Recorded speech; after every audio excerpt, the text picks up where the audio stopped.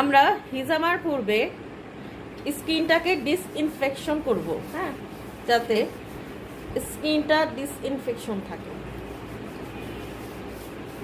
Sterile করে নিলাম।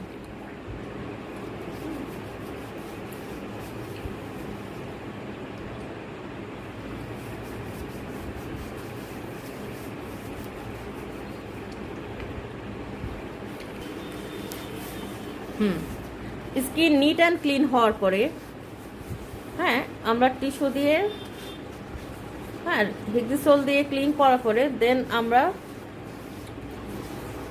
ম্যাসাজের জন্য ওয়েলিং করব। ওয়েলের জন্য আমরা নারিকেল তেল, কালিজিরা তেল কিংবা অলিভ অয়েল ইউজ করতে পারি। হ্যাঁ, আমাদের সবচেয়ে সহজলভ্য হলো নারিকেল তেল। হ্যাঁ, তো আমরা চেষ্টা করব যদি ভূতের মতো পেশেন্ট না হয়, মানে জিন ভূতের জাদুগ্রস্ত না হয়, তাহলে আমরা নারিকেল তেলটাই ইউজ করব। আর যদি জাদুগ্রস্ত পেশেন্ট হয় তখন আমরা অবশ্যই অলিভ অয়েলটা ইউজ করব। বাই ম্যানুয়ালির চেয়ে সবচেয়ে ভালো যদি আমি ইনস্ট্রুমেন্টাল করি, তারপরেও যেহেতু বাই ম্যানুয়ালি করে নিলেও ভালো সারফেসটা আসে, এখন আমরা ইনস্ট্রুমেন্টালি চেষ্টা করব। হ্যাঁ, এইটা হলো প্রি প্রিপারেশন, হ্যাঁ, প্রি প্রিপারেশন, হ্যাঁ, অফ হিজামা মেসেজিং। আর ম্যানুয়াল মানে হলো হাত দিয়ে, হ্যাঁ, আর ইনস্ট্রুমেন্টাল মানে এই যে ইনস্ট্রুমেন্টালি মেসেজ করতেছে, এইটা সবসময় upward and downward, upward and downward, মানে সোজা সোজি, হ্যাঁ, সবসময় সোজা, বাঁকা তেরা চেরা বেঁকা এরকম হবে না। হ্যাঁ, এইটার মেসেজেরও সিস্টেম আছে। হ্যাঁ, তখন একটা পেশিতে টান লাগবে। হ্যাঁ, এই টানটার জন্য এই ইনস্ট্রুমেন্টাল মেসেজটা করা হয়।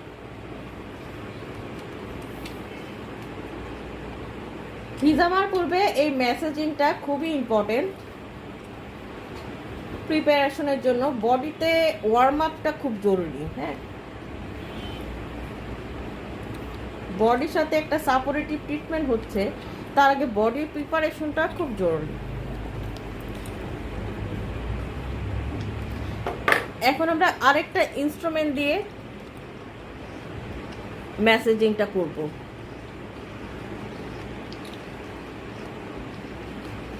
পেশেন্টকে এই সময় জিজ্ঞাসা করতে হবে, আপনার কি মা ব্যথা লাগছে? না, উনি বাবা, আপনার কি বাবা ব্যথা লাগছে? হ্যাঁ,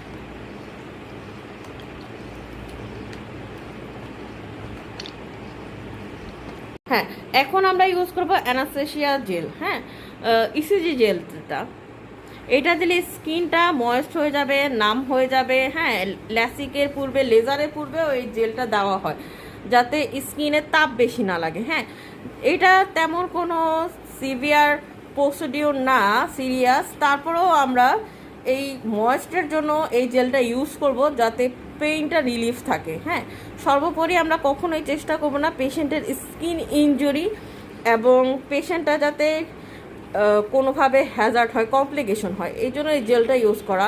জেলটা ইউজ করলে আমার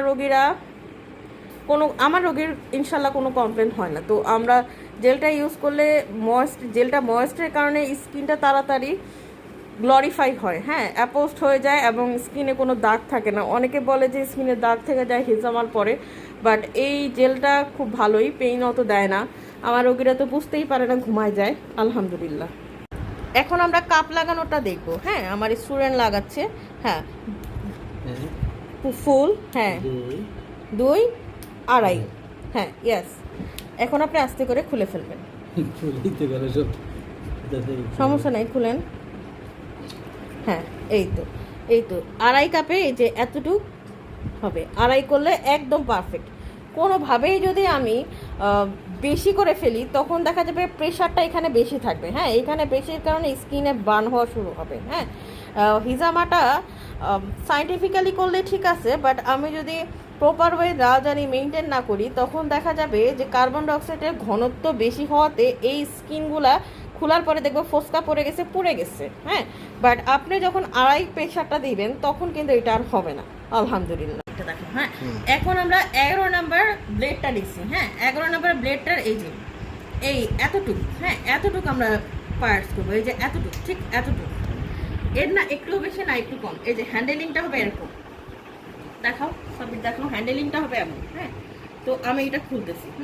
এই যে খোলার পরে কালারটা আমার কিন্তু এমন চলে আসবে। আমি করব কি, আরেকটা হাত দিয়ে স্ক্রিনটা একটু এইভাবে দিব, তখন আমি একটু জুম করে দেখো, এটা একটু জুম করে দেখো। হ্যাঁ, এই যে একটা শাড়ি পাওয়া গেল, লম্বা লম্বা লাইন। হ্যাঁ, দেখেন এই যে লম্বা লম্বা লাইন, লম্বা লম্বা লাইন লোমের শাড়ি না, লোমের লাইন না, জি জি, এইটা হলো ল্যাঙ্গারেন্স লাইন। হ্যাঁ, আমাকে তাইলে কাটলে এই আড়াআড়ি বরাবর কাটতে হবে। হ্যাঁ, আমি যদি আড়াআড়ি বর কাটি তাহলে জিনিসটা এইভাবেই অ্যাপোজ হবে, বাট আমি যদি এটা এইদিকে থাকি, এদিক করে কাটি, হ্যাঁ, লোমের বিপরীতে, তখন কি হবে, লোমের বিপরীতের জন্য এটা তো অ্যাপোজ এইভাবেই হওয়ার কথা, এইটা হলো আমার অ্যানাটমি।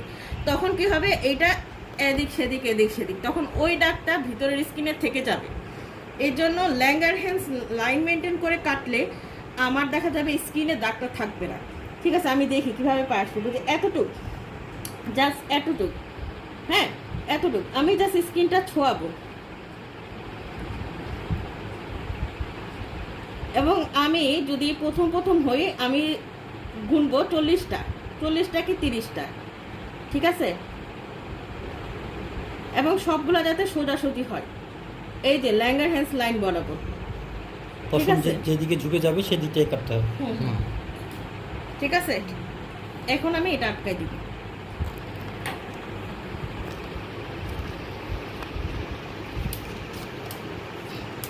এটাও আড়াই শেষ। কাপ।